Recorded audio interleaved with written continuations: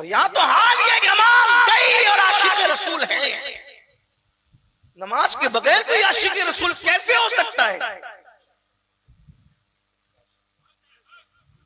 غوث پاک کا دامن تھام لیا ہے. جمعہ کی 2 رکعت پڑھ کر ایسے بھاگتے ہیں جیسے اسکول کی چھٹی ہونے پر اسکول کے بچے بھاگتے ہیں. جس قوم کا ہنسنے کی بات نہیں، نہ یہ کوئی مشاعرہ ہے، نہ میں کوئی شاعر ہوں، نہ یہ کوئی کامیڈی شو ہے، نہ یہاں ہنسنے کی کوئی بات ہے. یہ احتساب کا مقام ہے. آپ نے کسی مقرر کو نہیں بلایا، آپ نے کسی دل جلے فقیر کو بلایا ہے. اس لیے میں یہ کبھی کہنے نہیں آؤں گا کہ ہمارے چہرے دیکھو اور جنت میں جاؤ. یہ جھوٹے تسلیاں میں اپنی قوم کو کبھی دینے کا عادی نہیں ہوں. جن کے چہرے دکھا دکھا کر جھوٹے تم جنت کے ٹکٹ بانٹتے ہو قوم کی خوشی کے لیے، کیا ان کا جنت میں جانا بھی یقینی ہے؟ کسی کو پتا ہے کہ وہ جنت میں جائے گا جس کا چہرہ تم دکھا رہے ہو؟ کیا نوح علیہ السلام کا بیٹا جہنم میں نہیں جائے گا؟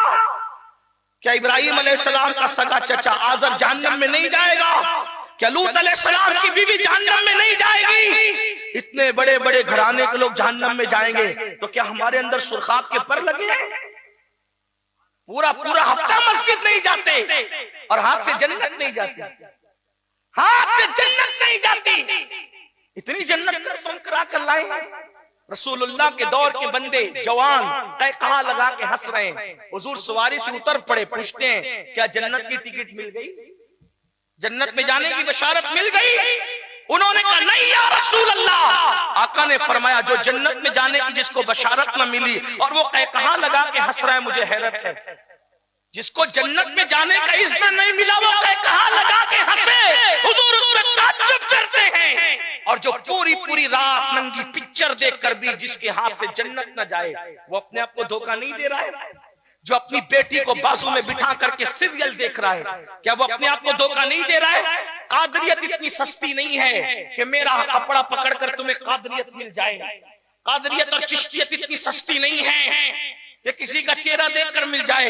یہ دل جلے کے جملے اگر خراب لگے تو معاف کر دینا اڑیسہ والوں، لیکن یاد رکھنا، اچھی طرح سے یاد رکھنا، ہم نے مذہب کو جتنا ہلکا سمجھا اتنا مذہب ہلکا نہیں ہے. جس کے بستر پہ قرآن نازل ہوتا ہے وہ ام المومنین سیدہ عائشہ صدیقہ، جس کو محبوب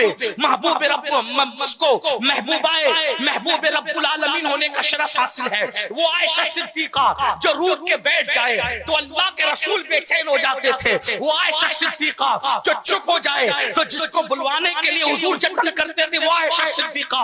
اللہ اکبر. جس کی آنکھ میں آنسو آ جائے تو اپنے ہاتھ سے رسول اللہ آنسو پوچھتے تھے وہ عائشہ صدیقہ. ان کے بارے میں ان کے بھائی عبد الرحمن ابن ابو بکر کہتے ہیں کہ میں نے عائشہ صدیقہ کو دیکھا کہ جب وہ اللہ کے خوف سے قیامت کی تکلیفوں کو یاد کر کر کے روتی تھی تو دوپٹہ ایسے بھیگ جاتا تھا کہ ہمیں نچوڑنا پڑتا تھا. دوپٹہ دھونے کے بعد نچوڑتے تو پانی ٹپکتا ہے، لیکن عائشہ کا دوپٹہ دھویا نہیں جاتا تھا بلکہ ان کی آنسوؤں سے نچوڑا جاتا تھا تو ایسا لگتا تھا پانی ہے. اللہ اکبر. لیکن وہ اللہ کے خوف سے رو رہی ہوتی تھی. مجھے بتاؤ تو صحیح، آخر ہم نے دین کس کو سمجھا؟ دین کو کیا سمجھا؟ کھڑے ہو کر پیشاب کرتے رہے، پھر بھی ہم غوث اعظم کے غلام، ہم رسول اللہ کے غلام. عورتوں کو طلاق کی دھمکیاں دیتے رہے، پھر بھی رسول اللہ کے غلام. ننگی پکچریں فیس بک یوٹیوب کا مس یوز کرتے رہے. سوچو تو صحیح، میں حیران ہوں جو غوث اعظم بے نمازی کو مسلمانوں کے قبرستان میں دفن ہونے سے منع فرما دے، جو غوث اعظم بے نمازی مر جائے تو اس کو مسلمان کے قبرستان میں دفن مت کرنا. جب غوث پاک بے نمازی کو مسلمانوں کے قبرستان میں پسند نہیں کرتے، جبکہ وہ قبرستان غوث پاک کا بنایا ہوا نہیں ہے، لیکن کہتے ہیں ان کو دفن مت کرو جو نماز نہیں پڑھتے.